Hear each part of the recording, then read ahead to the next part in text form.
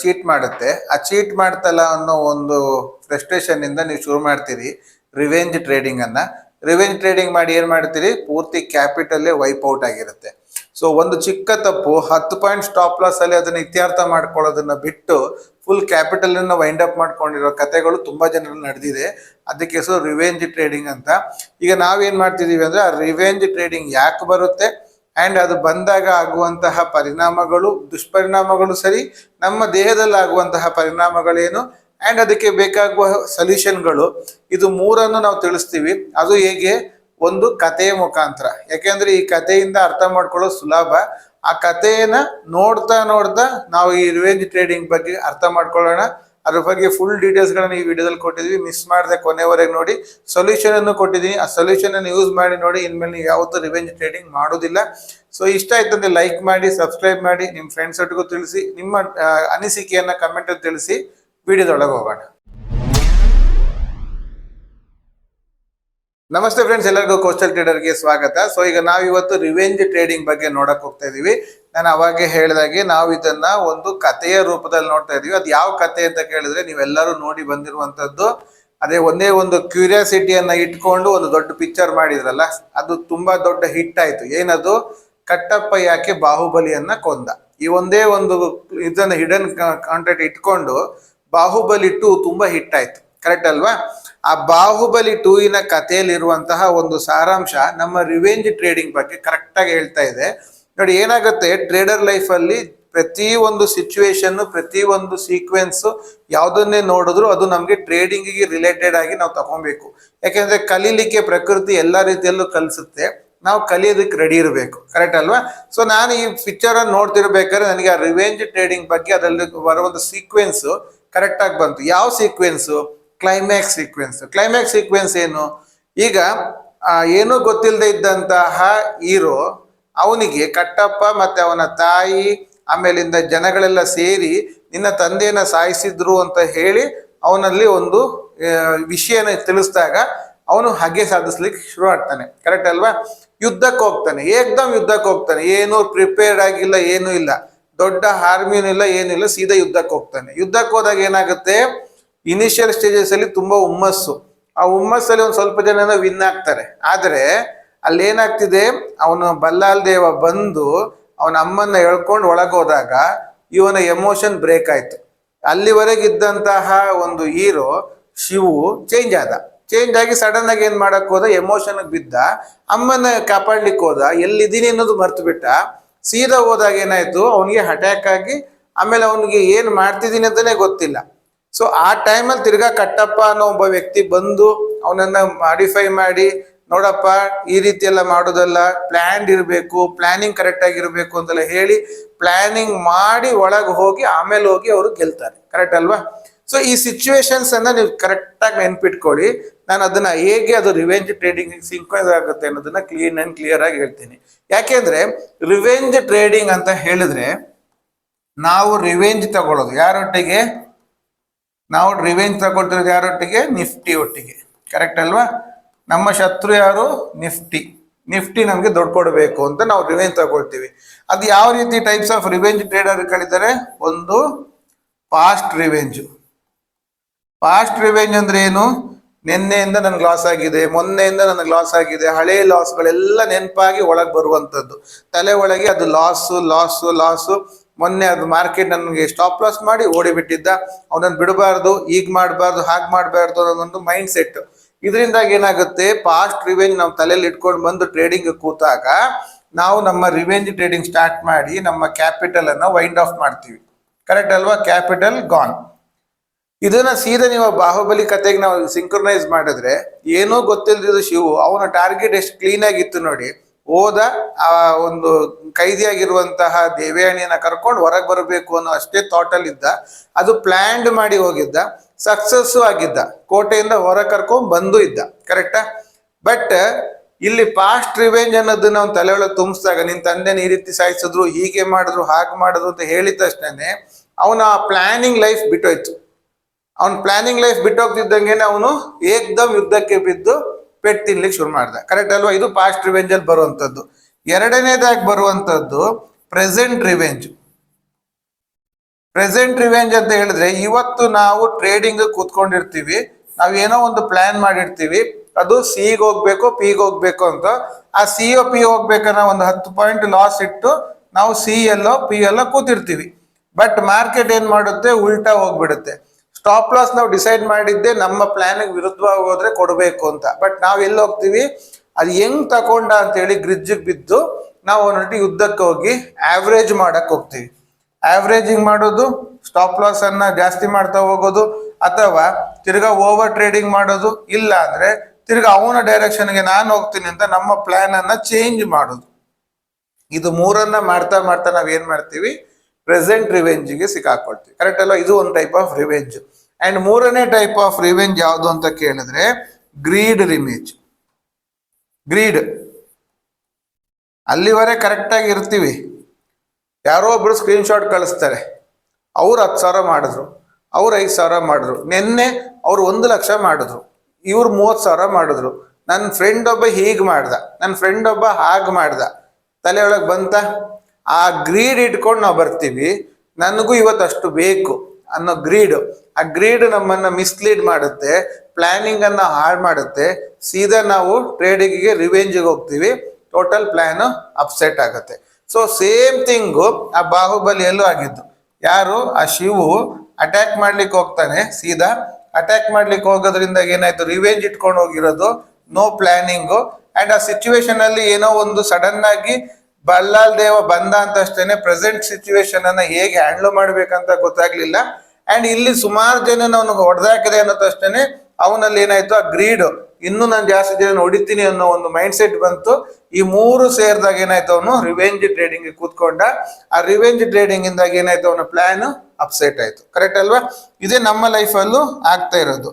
ಏನಾಗುತ್ತೆ revenge trading ಬಂದಾಗ? Revenge trading ಬಂದಾಗ ಫಸ್ಟ್ ಅಂಡ್ ಫಾರ್ಮೋಸ್ಟ್ ನಮ್ಮಲ್ಲಿ ಆಗೋದು ಏನಂತ ಹೇಳಿದ್ರೆ ಈಗೋ ಕ್ಲಾಶ್. ನಮ್ಮ ಈಗೋಗೆ ಕ್ಲಾಶ್ ಆಗುತ್ತೆ. ನಾನು ತಗೊಂಡಿರುವಂತಹ ಟ್ರೇಡು ಅದು ಹೇಗೆ ರಾಂಗ್ ಆಯ್ತು, ಅದು ರಾಂಗ್ ಆಗ್ಲಿಕ್ಕೆ ಇಲ್ವೇ ಇಲ್ಲ, ಅದು ಹೇಗೆ ರಾಂಗ್ ಆಯ್ತು. ಸೊ ನಾವು ಈಗೋಗೆ ಬೀಳ್ತೀವಿ, ನಮ್ಮ ಒಂದು ಈಗೋ ಹರ್ಟ್ ಆಗುತ್ತೆ. ಈಗೋ ಹರ್ಟ್ ಆಗ್ತಿದ್ದ ಹಾಗೆ ನಮ್ಮ ಬ್ರೈನು ಬೇರೆ ಯಾವ ತೋಟಗೂ ಹೋಗಲ್ಲ, ಜಸ್ಟ್ ಒಂದೇ ಒಂದು ಡಿಫೆನ್ಸ್ ಮೋಡು.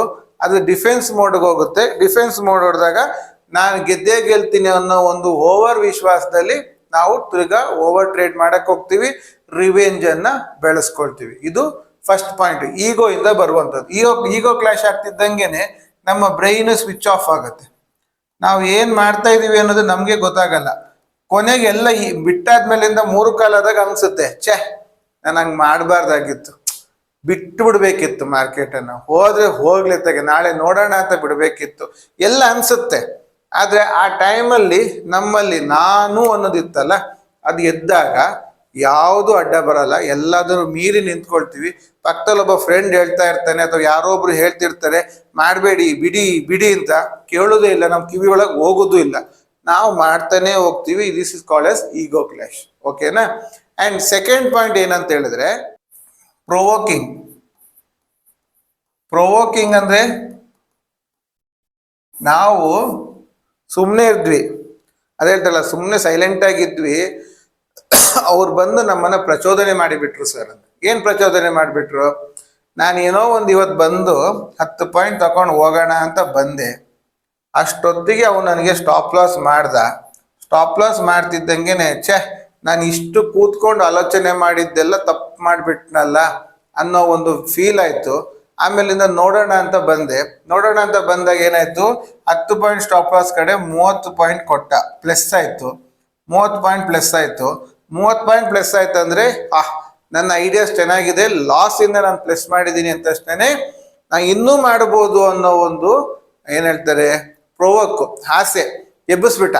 ಆ ಆಸೆ ಎಬ್ಬಿಸ್ತಿದ್ದಂಗೆ ಏನಾಗೋಯ್ತು, ನಂದು ತುಂಬಾ ಟ್ರೇಡ್ ಮಾಡಕ್ ಹೋದೆ, ಎಲ್ಲ ಟ್ರೇಡು ಲಾಸ್ ಸ್ವಲ್ಪ ನಿಂತ್ಕೊಳ್ತು. ಕೊನೆಗೆ ಏನಾಯ್ತು, ಬಂದಿದ್ದನ್ನು ಉಳಿಸ್ಕೊಬೇಕು ಅಂತ ಹೋಗಿ ಹೋಗಿ ಹೋಗಿ ಬಂದಿದ್ದು ಇಲ್ಲ ಹೋಗಿದ್ದು ಎಲ್ಲ ಅಂತ ಹೇಳ್ದಂಗೆ, ಬಂದಿದ್ದು ಇಲ್ಲ ಹೋಗಿದ್ದೇ ಇಲ್ಲ, ಎಲ್ಲ ಹೋಗ್ಬಿಡ್ತು.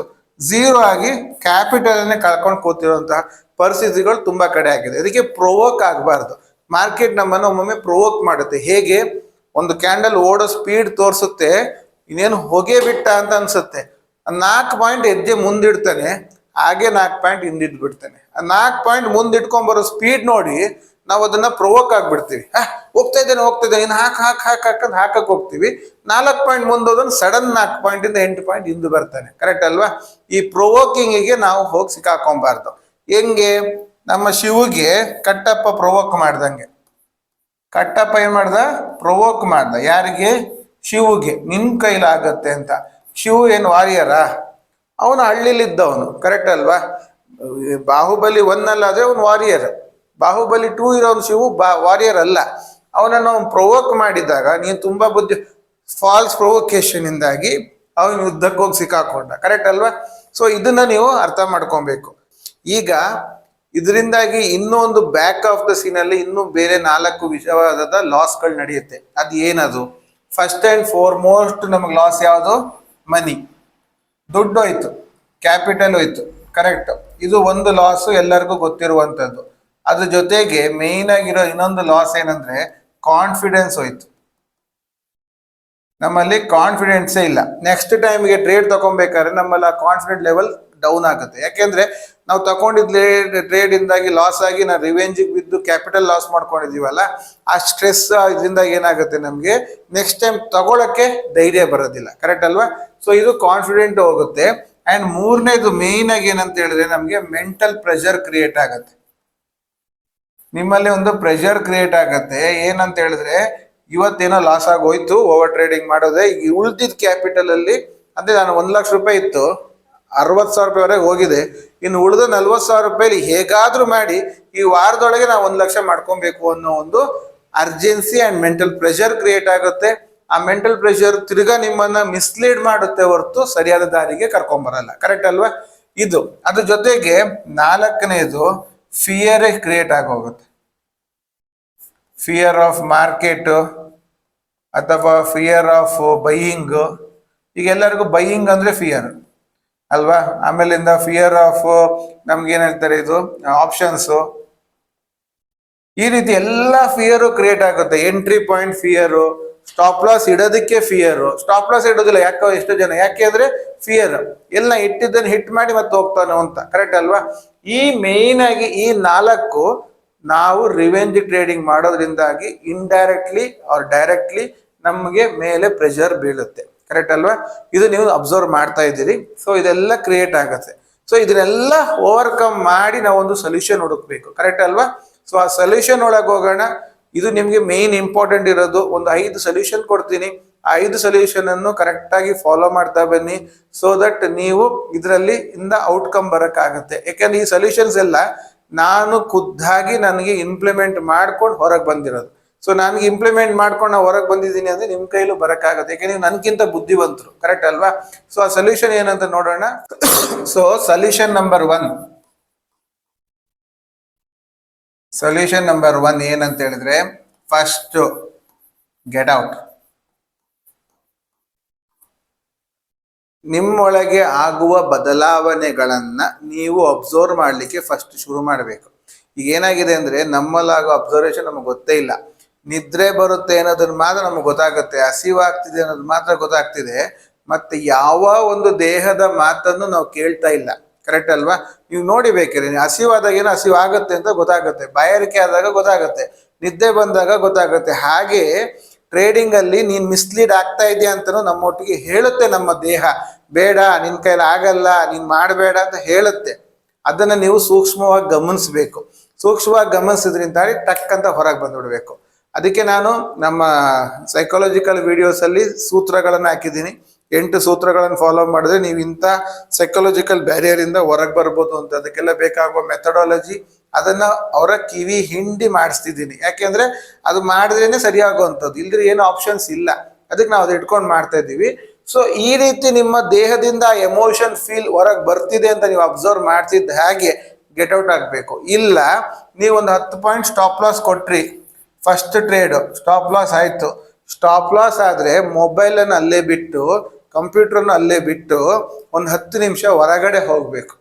10 ನಿಮಿಷ ಬಿಟ್ಟು ಬಂದು ಮತ್ತೆ ತಿರ್ಗಿ ಅದೇ ಜಾಗದಲ್ಲಿ ಕೂತ್ಕೊಳ್ಳಿ. ಅವಾಗ ಏನಾಗುತ್ತೆ, ಒಂದ್ಸಲಿಗೆ ಅದು ಹೊರಗೆ ಬೀಸೋ ದೊಣ್ಣೆ ತಪ್ಪಿಸ್ಕೊಂಡ್ರೆ 100 ವರ್ಷ ಆಯುಸ್ಸು ಅಂತಾರೆ, ಕರೆಕ್ಟ್ ಅಲ್ವಾ? ಹಾಗೆ ಆ ಒಂದ್ಸಲಿ ಆ ಸಿಚುವೇಶನ್ ಇಂದ ನೀವು ಹೊರಗೆ ಬಂದ್ರಿ ಅಂತ ಆದ್ರೆ ನೀವು ಪಾಸ್. ಸೊ ನೀವೊಂದು ಹ್ಯಾಬಿಟ್ ಇಟ್ಕೊಳ್ಳಿ, ಒಂದು ಟ್ರೇಡ್ ಸಕ್ಸಸ್ ಆಗಲಿ ಒಂದು ಟ್ರೇಡ್ ಫೇಲಿಯರ್ ಆಗಲಿ, ನಾನು ಹೊರಗೆ ಬಂದು ಅಲ್ಲಿ ಯಾರೋ ಒಬ್ರ ಹತ್ರ ಫೋನಲ್ಲಿ ಮಾತಾಡಿ ಮತ್ತೆ ತಿರ್ಗಾ ಒಳಗೆ ಬರ್ತೀನಿ, ಅಥವಾ ಹೋಗಿ ಒಂದು ನೀರು ಕುಡ್ಕೊಂಡು ಬರ್ತೀನಿ, ಇಲ್ಲ ಒಂದು ಎಳ್ನೀರು ಕುಡ್ಕೊಂಡು ಬರ್ತೀನಿ, ಇಲ್ಲ ಒಂದು ರೌಂಡ್ ವಾಕಿಂಗ್ ಮಾಡ್ಕೊಂಡು ಬರ್ತೀನಿ, ಆಯ್ತಾ? ಟ್ರೇಡಿಂಗ್ ಮಾಡಲ್ಲ, ಮೊಬೈಲ್ ನೋಡಲ್ಲ, ಈ ರೀತಿ ಒಂದು ಇಟ್ಕೊಂಡು ಗೆಟ್ ಔಟ್. ಆ ಜಾಗದಿಂದ ಫಸ್ಟ್ ಹೊರಗೆ ಬನ್ನಿ, ಆ ಜಾಗದಲ್ಲಿ ಕೂತ್ಕೊಬೇಡಿ. ಇದು ನೀವು ಮಾಡಬೇಕಾಗಿರೋ ಫಸ್ಟ್ ಸ್ಟೆಪ್. ಇದನ್ನ ಮಾಡಿ, ಇದು ನಿಮ್ಮ ಪರ್ಮನೆಂಟ್ ಸೊಲ್ಯೂಷನ್ಗೆ ಹೆಲ್ಪ್ ಮಾಡುತ್ತೆ. ಆ್ಯಂಡ್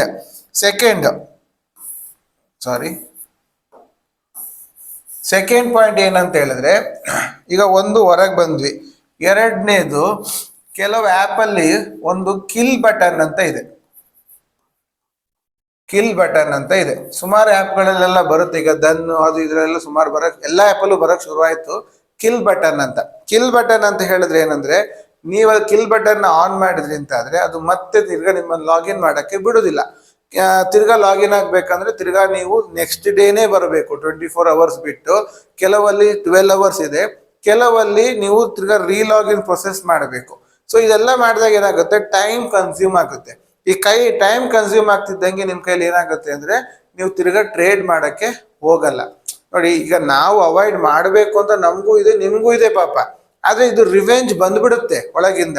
ಅದನ್ನ ಅವಾಯ್ಡ್ ಮಾಡ್ಬೇಕಂದ್ರೆ ಈಗ ನೋಡಿ, ಇಬ್ರು ಗಲಾಟೆ ಮಾಡ್ಕೊಳ್ತಿದ್ದಾಗ ಎಲ್ಲಿ ಹೆಚ್ಚು ಕಮ್ಮಿ ಮಾಡ್ಕೊಳ್ತಾರೋ ಅಂತ ಹೇಳಿ ಬಾಕಿಯವ್ರು ಏನ್ ಮಾಡ್ತಾರೆ, ಅವ್ರನ್ನ ಫಸ್ಟ್ ಆ ಜಾಗದಿಂದ ಹೊರಗೆ ಕಳಿಸ್ಬಿಡ್ತಾರೆ. ಇರ್ಲಿ, ಹೋಗಿ ಆಚೆ ಹೋಗಿ ಮತ್ತೆ ನೋಡೋಣ, ಹೋಗಿ ಬಾ ಆ ಕಡೆ ಬಾ ಅಂತ ಕರ್ಕೊಂಡು ಹೋಗ್ತಾರೆ. ಕರ್ಕೊಂಡೋಗಿ ಏನ್ ಮಾಡ್ತಾರೆ, ಒಂದು ಟೀಯೋ ಕಾಫಿ ಏನೋ ಕೊಟ್ಟು ಬಿಡು, ಅದು ಆಗ್ಲಿ ಹೋಗ್ಲಿ ಬಿಡು ಏನೋ ಹೇಳ್ತಾರಲ್ವಾ. ಯಾಕೆ ಹೇಳ್ತಾರೆ? ಅದೇ ಸಿಚುವೇಶನ್ ಅಲ್ಲಿ ಇದ್ರೆ ಗಲಾಟೆ ಜೋರಾಗುತ್ತೆ ಅಂತ. ಹಾಗೆ ಈಗ ನೀವು ನಿಫ್ಟಿ ಇಟ್ಟು ಗಲಾಟೆ ಆಡ್ ಮಾಡ್ಕೊಳ್ತಿದ್ದೀರಿ, ನನ್ನ ಸ್ಟಾಪ್ ಲಾಸ್ ಯಾಕೆ ತಿನ್ಕೊಂಡೆ, ನನ್ನ ಸ್ಟಾಪ್ ಲಾಸ್ ಕೊಡು, ನನ್ನ ಸ್ಟಾಪ್ ಲಾಸ್ ಯಾಕೆ ತಿಂದೆ, ನನ್ ಕೊಡು, ನನ್ನ ದುಡ್ಡು ಕೊಡು, ನನ್ನ ದುಡ್ಡು. ಅವ್ನು ಕೊಡಲ್ಲ, ನಾನು ಯಾಕೆ ಕೊಡಬೇಕು, ನೀನ್ ಮೋಸ ಮಾಡ್ಕೊಂಡ್ರಿ, ನೀನ್ ಯಾಕೆ ನನ್ನ ಈ ಡೈರೆಕ್ಷನ್ ಕೂತ್ಕೊಂಡೆ, ಅಂತ ನೀವು ಅವ್ನು ಯುದ್ಧ ಮಾಡ್ತಿದ್ದೀರಿ. ಅವಾಗ ಅಟ್ಲೀಸ್ಟ್ ಬ್ರೋಕರ್ ಬಂದು, ನೋಡಪ್ಪ ಇಬ್ರು ಹೊರಗೆ ಹೋಗಿ, ಆ ಕಡೆ ನೀನ್ ಈಚೆ ಹೋಗಿ ಅಂತ ಹೇಳುವ ಹಾಗೆ ಸಿಚುವೇಶನ್ ಕ್ರಿಯೇಟ್ ಮಾಡ್ಕೊಳ್ಳಿ. ಅಂದ್ರೆ ಇಮ್ಯಾಜಿನೇಷನ್ ಮಾಡ್ಕೊಳ್ಳಿ. ಕಿಲ್ ಬಟನ್ ಅಂತಿದೆ, ಅದನ್ನ ಹಾಕಿ ನೀವು ಹೊರಗೆ ಬನ್ನಿ. ಅವಾಗ ಏನಾಗುತ್ತೆ, ನೀವು ತಿರ್ಗಾ ಮಾಡಬೇಕು ಅಂತ ಹೊರಟರು ಟ್ರೇಡ್ ಆಗಲ್ಲ. ಸೊ ಇದು ನಿಮ್ಮ ರಿವೆಂಜ್ ಟ್ರೇಡಿಂಗ್ ಅನ್ನ ಕಂಟ್ರೋಲ್ ಮಾಡುತ್ತೆ. ಇದು ಒಂದು ಸೆಕೆಂಡ್ ಸೊಲ್ಯೂಷನ್. ಅಂಡ್ ಮೂರನೇ ಸೊಲ್ಯೂಷನ್ ಏನಂದ್ರೆ, ನೀವು ನಿಮಗೇನೆ ಒಂದು ಮ್ಯಾಕ್ಸಿಮಮ್ ಟ್ರೇಡ್ ಲಿಮಿಟ್ ಅನ್ನ ಹಾಕೊಳ್ಳಿ. ನೀವು ರಿವೆಂಜ್ ಮಾಡಿ ಅಥವಾ ವೆಯ್ಟ್ ಮಾಡಿ ಆದ್ರೂ ಮಾಡಿ, ಏನಾದ್ರೂ ಮಾಡಿ, ಮ್ಯಾಕ್ಸಿಮಮ್ ಟ್ರೇಡ್ ಲಿಮಿಟ್ ಅಂತ ಇಡಿ. ಫಾರ್ ಎಕ್ಸಾಂಪಲ್ 4 ಅಥವಾ 3 ಅಥವಾ 6 ನಿಮ್ಗೊಂದು ಲಿಮಿಟ್ ಮಾಡ್ಕೊಳ್ಳಿ. ನೀವೇ ಮಾಡ್ಕೊಳ್ಳಿ, ನಿಮ್ ಕೆಪಾಸಿಟಿ ಪ್ರಕಾರದಲ್ಲಿ ಹಾಕೊಳ್ಳಿ, ಆಯ್ತಾ? ಅಂಡ್ ಇದನ್ನ ಇಟ್ಟ ಮೇಲಿಂದ ನೀವು ಅದನ್ನ ಮಾಡುವಂಥದ್ದು. ಸೊ 4 ಅಂದ್ರೆ 4, 3 ಅಂದ್ರೆ 3, 6 ಅಂದ್ರೆ 6, ಅದಕ್ಕಿಂತ ಜಾಸ್ತಿ ಮಾಡಲ್ಲ ಅನ್ನೋ ಒಂದು ನೀವೇ ನಿಮ್ಗೆ ಸಂಕಲ್ಪ ಮಾಡ್ಕೊಳ್ಳಿ. ಅವಾಗ ಏನಾಯ್ತು, ಫಸ್ಟ್ ಟ್ರೇಡ್ ಏನಾರ ಲಾಸ್ ಆಯ್ತು, ನೀವು ಸೆಕೆಂಡ್ ರಿವೆಂಜಿಗೆ ಹೋದ್ರಿ, 4 ಆಗೋಯ್ತು, ಮುಗ್ದೋಯ್ತು, ಇನ್ನಾಗಲ್ಲ ಅಂತ ನೀವು ಎದ್ದು ಹೊರಗೆ ಬರಬೇಕು. ಸೊ ಇದು ನಿಮ್ಮಲ್ಲಿರುವಂತ ಟ್ರೇಡ್ ಲಿಮಿಟ್ ಅನ್ನ ಸೆಟ್ ಮಾಡೋದು. ಇದ್ರೊಟ್ಟಿಗೆ ಒಂದು ಸೇರಿಸ್ಕೊಳ್ಳಿ, ಲಾಟ್ ಲಿಮಿಟ್ ಅನ್ನು ಇಟ್ಕೊಳ್ಳಿ. ಲಾಟ್ ಅನ್ನು ಲಿಮಿಟ್ ಇಟ್ಕೊಳ್ಳಿ. ಅಂದ್ರೆ ಕೆಲವು ರಿವೆಂಜ್ ಅಲ್ಲಿ ಏನಾಗುತ್ತೆ ಗೊತ್ತಾ, ಒಂದು ಲಾಟ್ ಅಲ್ಲಿ ಲಾಸ್ ಮಾಡ್ತೀರಿ, ನೆಕ್ಸ್ಟ್ ರಿವೆಂಜಿಗೆ ಬಿದ್ದಾಗ 2, ಹೌದಲ್ವಾ? 2 ರಿವೆಂಜ್ ಅಲ್ಲಿ ಲಾಸ್ ಆಯ್ತು, 4, 4ರಿಂದ 8, ಇದೊಳ್ಳೆ ಮಲ್ಟಿಪ್ಲಿಕೇಶನ್ ಮಾಡ್ತಾ ಹೋಗ್ತೀವಿ. ಅದು ಮಾಡಬಾರ್ದು. ಅದಕ್ಕೆ ಲಾಟ್ ಸೈಜ್ ಅನ್ನ ಫಿಕ್ಸ್ ಇಡಿ, ಟ್ರೇಡ್ಸ್ ಅನ್ನ ಲಿಮಿಟ್ ಇಡಿ. ಇದು ನಿಮ್ಮ ಒಂದು ರಿವೆಂಜ್ ಟ್ರೇಡಿಂಗ್ ಅನ್ನ ಕಂಟ್ರೋಲ್ ಮಾಡೋದಕ್ಕೊಂದು ವ್ಯವಸ್ಥೆ ಮಾಡುತ್ತೆ. ಓಕೆನಾ? ಅಂಡ್ 4ನೇ ವಿಚಾರ, ಎಮೋಷನ್ ಕಂಟ್ರೋಲ್. 4ನೇ ವಿಚಾರ ಏನು? Emotion control. ನೀವು ರೋಬೋಟ್ ತರ ಆಗ್ಬೇಕು.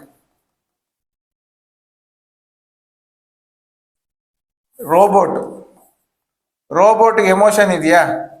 ಇಲ್ಲ. ನೀವು ರೋಬೋಟ್ಗೆ ಬೈದ್ರು ಎಮೋಷನ್ ಇಲ್ಲ, ಅದನ್ನ ಹೊಗಳಿದ್ರು ಅದಕ್ಕೆ ಎಮೋಷನ್ ಇಲ್ಲ, ಕರೆಕ್ಟ್ ಅಲ್ವಾ? ನೀವು ಒಂಥರ ರೋಬೋಟ್ ತರ ಆಗ್ಬೇಕು. ನನ್ನ ಕೆಲಸ ಏನು, ಬರಬೇಕು, ಆರ್ಡರ್ ಪ್ಲೇಸ್ ಮಾಡಬೇಕು, ಇದು ದಾಟಿದ್ರೆ ರೀಟೆಸ್ಟ್ಗೆ ಹಾಕ್ಬೇಕು, ಬ್ರೇಕ್ಔಟ್ಗೆ ಇದು ಹಾಕ್ಬೇಕು, ಸ್ಟಾಪ್ ಲಾಸ್ ಇಷ್ಟಿಡಬೇಕು, ಟಾರ್ಗೆಟ್ ಇಷ್ಟಿಗೆ ಬರಬೇಕು, ಮುಗೀತು. ರೋಬೋಟ್ ತರ ಇರ್ಬೇಕು ನೀವು. ರೋಬೋಟ್ ಅಲ್ಲದೆ ಮತ್ತೇನು ಅಲ್ಲ ಅಂತ. ಆವಾಗ ನಿಮ್ಗೆ ಏನಾದ್ರು ಸ್ಟಾಪ್ ಲಾಸ್ ಆಯ್ತಂದ್ರೆ, ನನ್ನ ಕೆಲಸ ನಾನು ಮಾಡಿದ್ದೀನಿ, ಸ್ಟಾಪ್ ಲಾಸ್, ಓಕೆ, ನೆಕ್ಸ್ಟ್ ಬಂದಾಗ ನೆಕ್ಸ್ಟ್ ಹೋಗೋಣ, ಅಷ್ಟೇ. ಅವಾಗ ಏನಾಗುತ್ತೆ, ನಿಮಗೆ ಮೈಂಡ್ ಅಲ್ಲಿ ನೀವು ರೋಬೋಟ್ ಅಂತ ಆಗ್ಬೇಕು.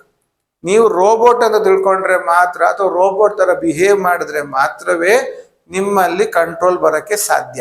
ನೀವು ರೋಬೋಟ್ ಬಿಟ್ಟು ಹ್ಯೂಮನ್ ಆಗೋದ್ರೆ ನೀವು ಎಮೋಷನ್ ಆಗಿ ಬೀಳ್ತೀರಿ. ಎಮೋಷನ್ಲೆಸ್ ಟ್ರೇಡಿಂಗ್ ಆಗಬೇಕು.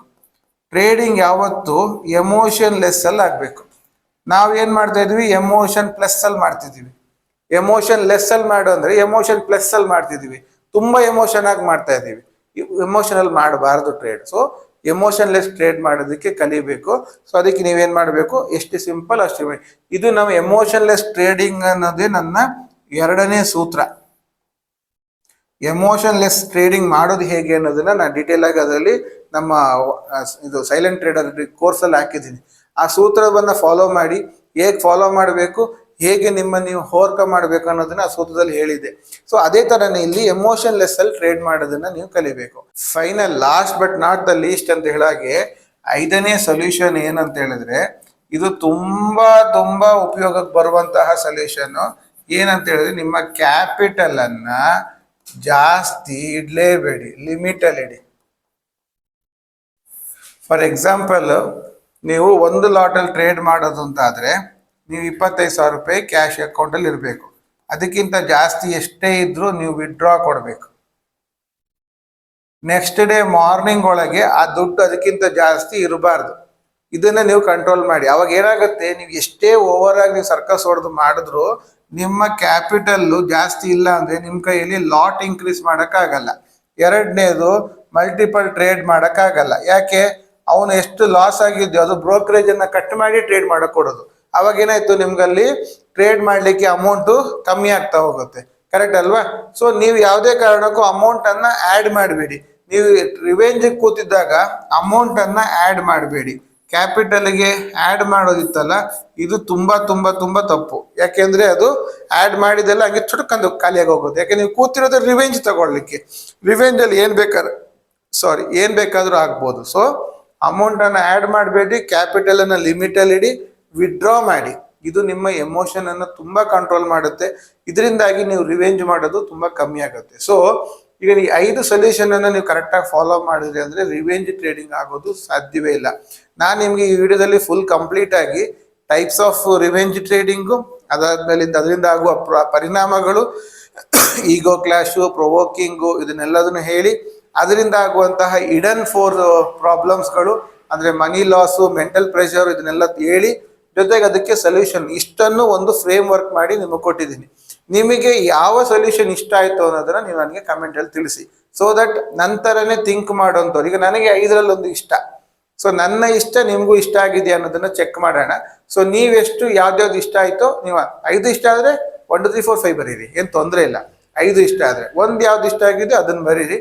ಸೊ ದಟ್ ನನಗೆ ಇಷ್ಟ ಆಗಿದ್ದನ್ನೇ ಇಷ್ಟಪಡುವಂಥವ್ರು ಎಷ್ಟು ಜನ ಇದ್ದಾರೆ ಅಂತ ನೋಡುವ ಒಂದು ಕುತೂಹಲ. ಆ ಕುತೂಹಲಕ್ಕೆ ನೀವು ಸಹಕಾರ ಮಾಡ್ತೀನಿ ಅಂತ ಹೇಳ್ತಾ ಈ ವಿಡಿಯೋವನ್ನ ಕಂಪ್ಲೀಟ್ ಮಾಡ್ತಾ ಇದ್ದೀನಿ. Thank you very much.